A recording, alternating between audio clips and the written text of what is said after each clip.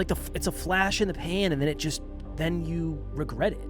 Then you feel empty after. Then you got to go get the next hit. Then you got to go get the next hit. Versus now, my dopamine is connected to growth and getting closer to goals. And if anything, when I get that dopamine, it inspires me to get the next thing and the next thing and the next thing. So I think it's just a more sustainable, constructive way to do it. And I had so much negative association with that life. If you take peanuts and put them off the path is your goals and dreams. The path are your goals and metrics and priorities and habits. The path is the things that will bring you closer to your dreams and goals. If you put peanuts all strewed off the path, the elephant is just eventually going to all strewn off the path, the elephant is going to just overpower the rider. Next Level Nation, welcome back to another episode of Next Level University, where we help you level up your life, your love, your health, and your wealth. Today, for episode number 1954, we're going to hit you with a quick one, probably a quick 20 today. A little up against it time-wise, because Alan and I met and had an hour to record an episode, then we spent 35 minutes bullshitting.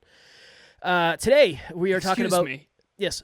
That was a very powerful intellectual conversation of learning and growth. And a little bit of bullshit. Definitely. Always. There's got to be a little bit. 20%. 20%'s fine. 20. Okay. Wilfredo Pareto, as we spoke about in the previous episode. Shout out to Wilfredo's mom for naming him that. What did the TikTok ban make you feel? So, obviously, in the U.S. at least, I don't know where it was in the rest of the world, and I don't know why, because I am not intelligent enough, and I have not researched it to eloquently speak on why it was getting banned and all that happy jazz. But I do know that there were many, many people up in arms. There were many people freaking out. There were many people mourning the loss of TikTok, all of that happy jazz. What did that make you feel? And have you dug into why it made you feel that way? This was my perspective. So 2 thoughts. 1, anytime something like that happens, and again, I'm empathetic towards the fact that there's a lot of people that run their businesses with the majority of content and money coming from TikTok. And this is the risk of being an entrepreneur. That you, depending on what you're doing, you're just not in control of a lot of stuff. And if terms and conditions change or apps change or whatever it is, you can be in a lot of trouble. I know somebody who's a YouTuber who went from making, I think, $90,000 a month in ad revenue to $20,000 a month because YouTube changed one thing. And there's nothing they can do about it. Just that is now the way it is. Yeah, so that's because the only thing they can do about it is stop using YouTube. Right. Which YouTube's not going to bark at because they have billion plus users. You want to stop? Right? So go ahead. Go. What are you going to go on Vimeo? Best of luck, friend. Good luck. What's Vimeo doing? Adage? If you put all your eggs in one basket, you got to be ready to eat the chicken.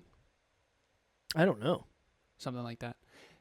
Which seems paradoxical since I'm often telling people to kind of go all in on one thing, but I'll explain why that's actually makes sense. Yeah, I think it's going all in on one thing I think is good, but having multiple touch points along the way, right? Like going all in on TikTok in terms of putting your time and making content and all that stuff, awesome. Just have a little bit of I don't want to say a backup plan, but like even we put most of our eggs into the podcast basket. Well, that's a little bit different. The podcast is not an app. There are many players, there are many apps within the podcast landscape, so it's a little bit different. But that was real one quick, of my... just for reference, can you go through them? So going all in on the podcast means that we have all these vehicles. Go ahead. In terms of the podcast? Yeah. Where are they? Where's the podcast? Apple, Spotify, Listen Notes, Pandora. There's 30 of them. Okay. There's a ton. So if we lose one of them, the whole business isn't gone. Whereas if you go all in on just TikTok, if you lose just TikTok, the whole business is gone. And I think going all in on the podcast, Next Level University, and then having a lot of things that disperse that is very different than going all in on just Instagram. Because Yes. then if Instagram changes, you're potentially in trouble. Well, it's if you're going to go all in on social media, you're going to have to learn a bunch about all the platforms, and you're going to have to become a better speaker, and you're going to have to become a better content creator. So it's not just the TikTok. There's so many other things that go into it. But yes, 1,000%. So that was one thought, is this is the danger of being an entrepreneur. And there were a lot of people that said, well, imagine all the people that are potentially going to be out of work. Again, I have empathy for that. But you did things in a way before TikTok was here. Don't limit yourself into thinking you can't rebuild after, because that's just going to put you in a mentality of a victim, and that's not really going to be good. So that was one thought. The other thought I had was, what was the other thought I had? Well, I'll start with that, because I know you have Alan and I kind of have different directions for this episode, and since it's shorter, I want to make sure I don't take up the majority of the time. Well, everything that happens externally to all of us, and I know this isn't all of us because this was banned in the U.S. for sure and probably other places too, but it tells you something about yourself. The way you react to the same like there can be two people with the same circumstance, and the way you react to that circumstance can be completely different, which means there's something to learn about yourself. And the part of this episode that I wanted to talk about today was if not having TikTok, so I wanted to talk about dopamine addiction. Two things. One thing, I want to go back to the one, going all in on one thing. To Kevin's point earlier about the podcasting example, if you go all in on, let's say your whole business is built on social media, that's very different than your whole business is built on Instagram. So going all in on social media means you have a bunch of platforms. Social media is something that will be around forever. The individual platforms might not be. Okay, now, fast forward, I looked up dopamine addiction. I was on with a client earlier, keep it anonymous, of course, but he read a book called The Power of Habit by Charles Duhigg like 8 years ago. Very powerful book, love it. The simple idea here is the habit loop: trigger, behavior, reward. Trigger, behavior, reward. So trigger is your phone vibrates. The behavior is you check your text messages. The reward is you get a dopamine hit when you get to figure out what the text message is. And our brains are wired for dopamine.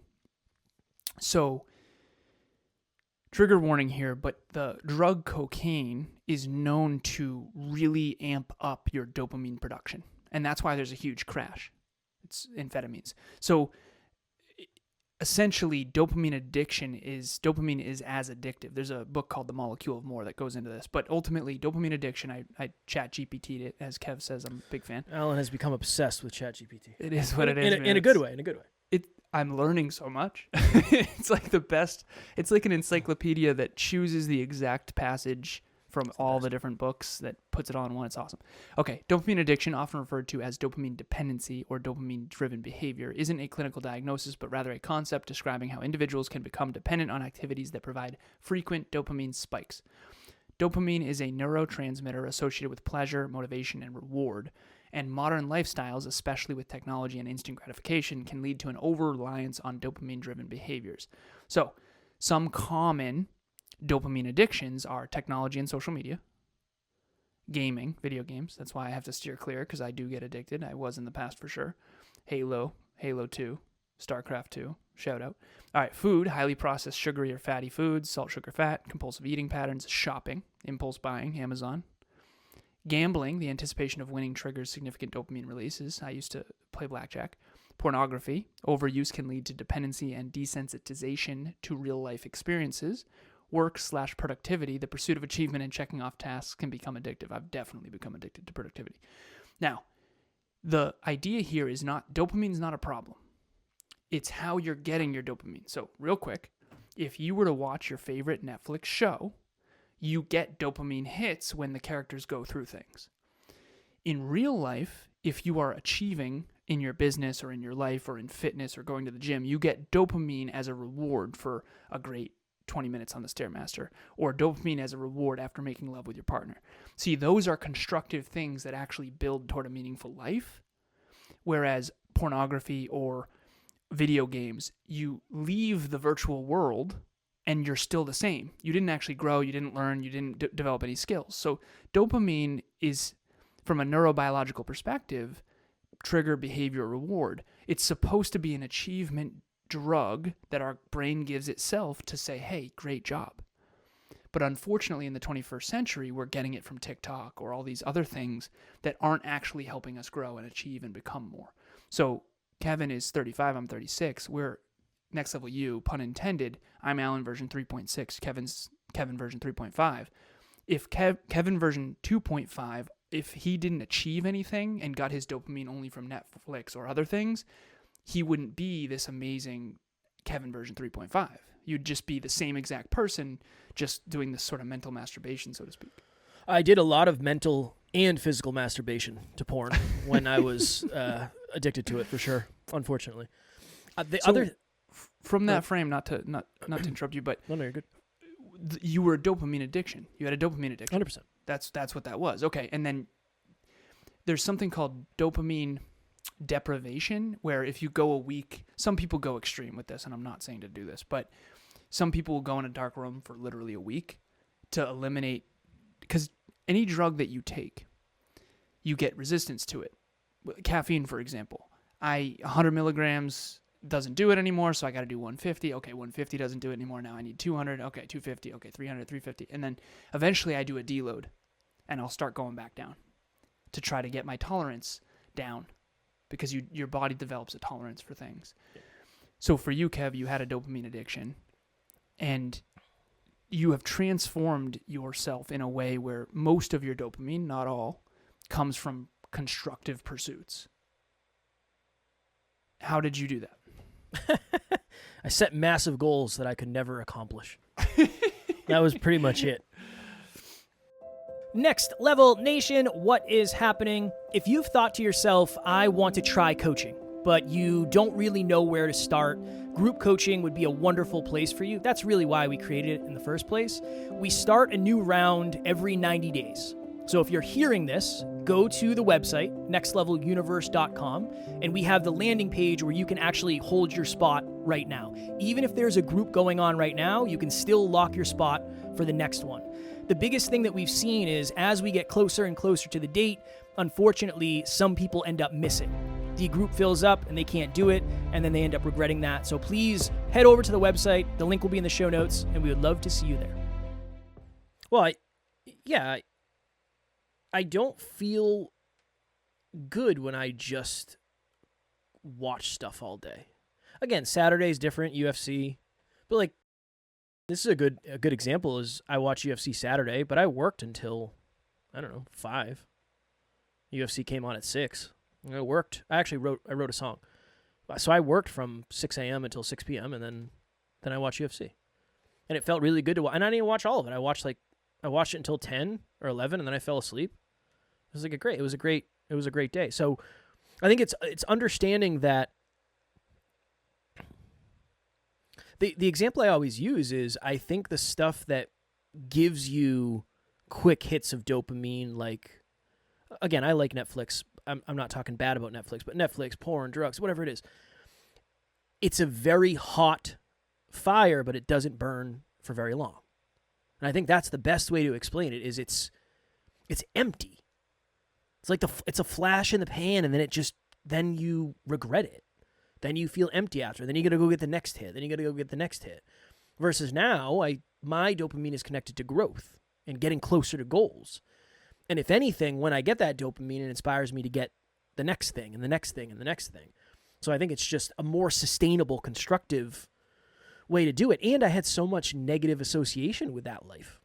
So it wasn't that hard to, the porn thing is, that's really challenging, especially with whatever social media stuff. Like, there's a lot of people not wearing a lot of clothes on social media. That's a challenge. But the other stuff wasn't. I still watch Netflix. I just don't watch it for 8 hours like I used to. I watch it for an hour, maybe 2. At the end of a day.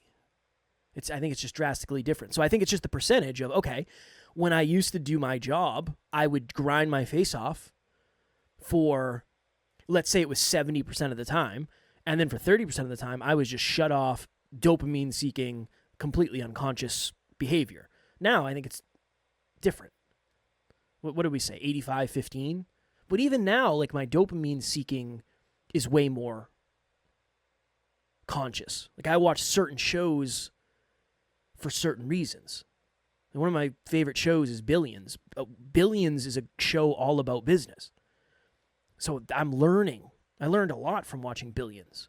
I had so many lessons from that back when I was watching. I told Taryn I'm ready to watch it again. Like, I really want to watch that again because there's a lot of lessons in that. Suits, great show. Also business and, right? So Parks and Rec. It doesn't compare to Parks and Rec, obviously, but yeah. Did I answer the question? For sure. Okay. For sure. I lost You know it how about on- halfway. It's a couple episodes ago. You said we were talking about back in 2007 when I was super into the Pats. And the only 2 times in my life when I've ever gotten into sports was the Celtics with the big three, Ray Allen and Paul Pierce and Kevin Mr. Garnett. And then the Patriots in 2007. And I basically said I try really hard not to connect myself to things that are completely outside my control. And another caveat to that, and you said your life sounds so boring. One of the reasons why you said your life sounds so boring is, 1, you're being playful, and 2, it sounds so boring. But there's a reason it's so boring, and it's by design it's boring because I want dopamine spikes. It's almost like the more boring I can make my life, the more fulfilling it will become. Bear with me. If Emilia and I go on a date day, and I have her get in the car, and I have a whole thing planned. We get eggs, Sammy's, awesome, bookstore, cool, adventure, some waterfall, awesome, hike, Tucker. It's like we're over the moon. It's unbelievable. It's as if we went on a 3-week vacation. Because when you design your life to be boring, even the littlest fun is super fucking fun. AKA, you get more dopamine. So the reason why dopamine deprivation is so good for people and why people go and lock themselves in a dark room for a week, which I do not recommend, seriously, that's stupid. You can actually just do this incrementally. My office is boring on purpose. The reason why is because I don't want to have to use willpower, and I don't want dopamine to be available. So for me, I haven't watched any pornography in over 4 years. And I got an Instagram DM, you know those groups that DM you? And it's like links and shit? Yeah. And normally it just shows the link, it doesn't show the thumbnail.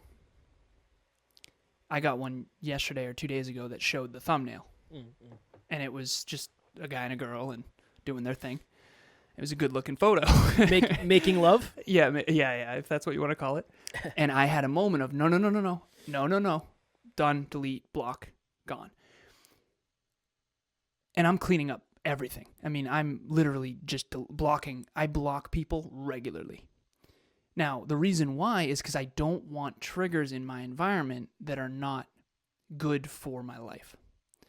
And so there's this concept, I've talked about it before, with the rider and the elephant. There's 3 things. There's the rider, which is the rational brain. The rational brain wants to build a business, and it wants to be fit, and it wants to have a loving monogamous relationship, potentially. It wants all these things. It has goals and dreams. It's future-oriented. It says, I want to be more fit. I want a better body, better business, better life, health, wealth, life, and love. That's the rational brain. That's the part that we're engaging right now with everybody. Kevin's probably more emotion. I'm more rational, so you tolerate me and love him, or maybe you tolerate him and love me if you're in a very small percentage of the population. But ultimately, I'm talking to your rational brain right now. The elephant is the emotional brain. The elephant is way more powerful than the rider. The elephant is the one that would click on the link.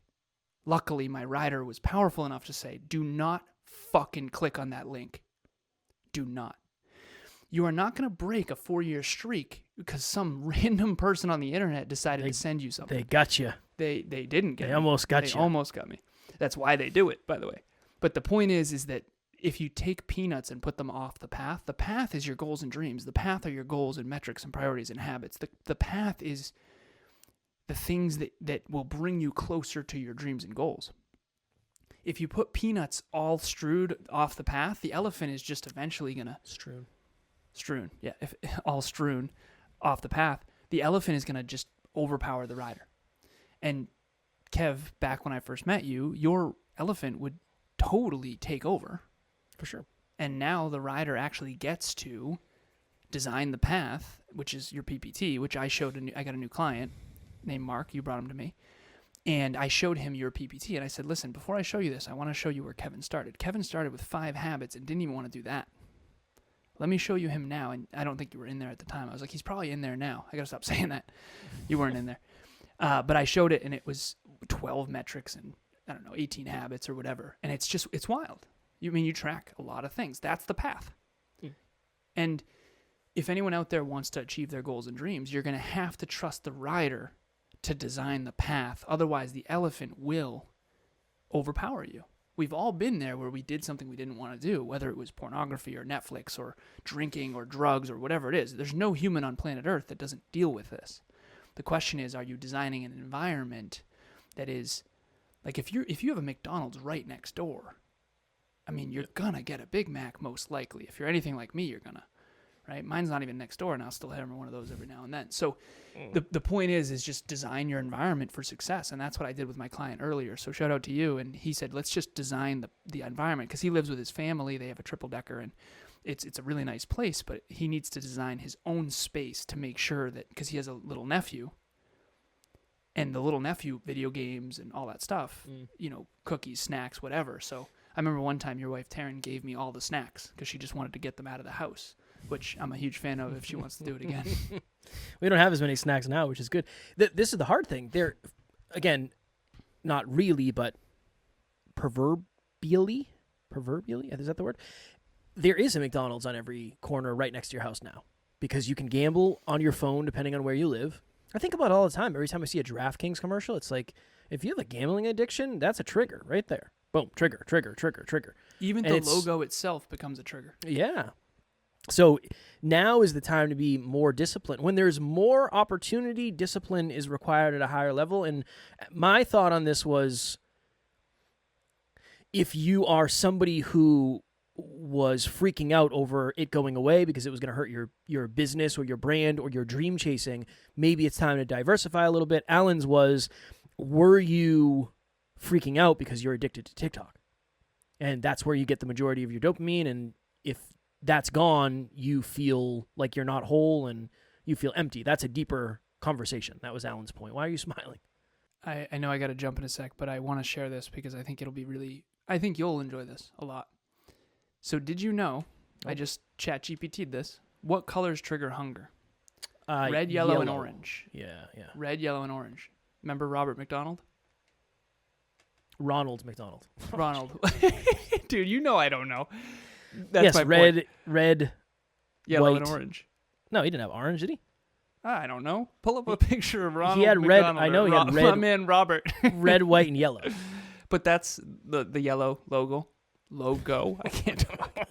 Kev, you're really going to like this. Did you know that my man Robert McDonald? But the point is everything is by design. So these companies are designing their environment, their branding, their logo to get you, TikTok included, to get you addicted. And you got to be careful. You just do. Because I don't blame them necessarily. You got to grow your business, right? Obviously, we need an NLU logo that best represents us. I don't think we ever looked up the colors. Maybe definitely light blue not. I don't think we would have chose teal, but I do like the color. Yeah, same. But at the end of the day, you gotta be conscious of this. Discipline. I know a lot of people talk about discipline and how it doesn't work. If you are not disciplined now, it's going to get harder to get disciplined because it's way easy. It's just there's so many distractions now more than ever. All right. As always, we love you. We appreciate you. Grateful for each and every one of you. And at NLU, we don't have fans. We have family. We'll talk to you all tomorrow. Stay next level. Next Level Nation.